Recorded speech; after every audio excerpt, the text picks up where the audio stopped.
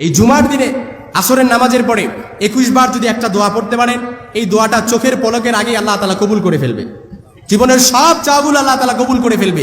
দুঃখ কষ্ট যা কিছু আছে সব কিছু দূরীভূত করে দিবে কে? বিশ্বাস হয় তো আপনাদের? এই জুমার দিন আল্লাহ তাআলার কাছে এতটা প্রিয়। সহিহ বুখারীতে হাদিসটি এসেছে, সহিহ মুসলিমে হাদিসটি এসেছে, সহিহ বুখারীর কিতাবুল জুমাতে এসেছে, সহিহ মুসলিমের কিতাবুল জুমাতে এসেছে, সহিহ মুসলিমের 4 নাম্বার বাবের মধ্যে এসেছে। আপনারা আপনাদের কনসেপশন আইডিয়া ক্লিয়ার করার জন্য আপনারা দেখে নিতে পারেন। ইন্নালিল জুমাতি লাসাআতুন লা ইউয়াফিকুহা মুসলিমুন কায়িমুন ইল্লা হাত্তা ইউসআলুল্লাহ, অর্থাৎ আল্লাহর নিচে, আল্লাহর এই জমিনের, আসমানের নিচে, এই জমিনের উপরে এই দিন যতগুলো দিন আছে, এই দিনের মধ্যে সর্বশ্রেষ্ঠ দিন হচ্ছে জুমার দিন।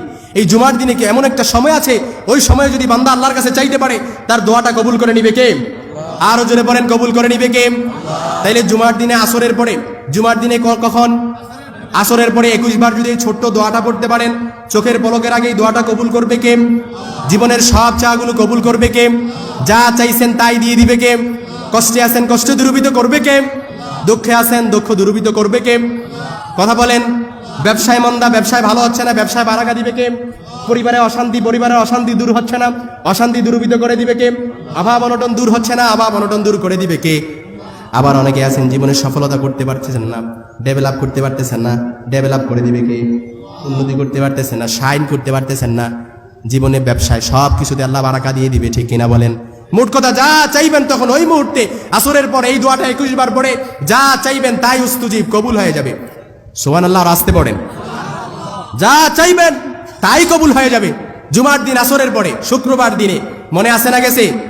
তাহলে আজকে থেকে অনেকের অনেক হতাশা, অনেক ডিপ্রেশন। অনেকে এসে বলে, হুজুর অনেক দিন ধরে দোয়া করতেছি, দোয়া কবুল হয় না।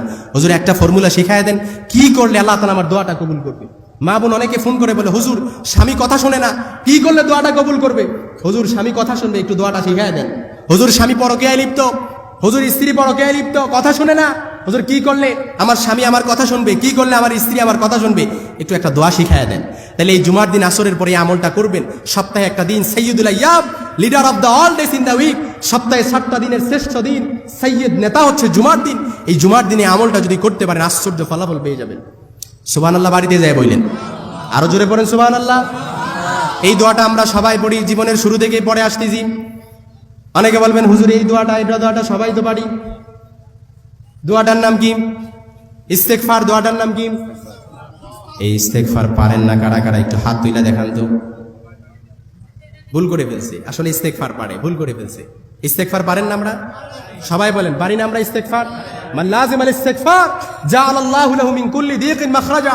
যে ব্যক্তি সব সময় ইস্তেগফার পড়বে, তাকে সব ধরনের বিপদ আপদ, দুশ্চিন্তা, পেরেশানি, উদ্বেগ, উৎকণ্ঠা সব কিছু থেকে হেফাজত করবে কে? ঘোষণাটা কার?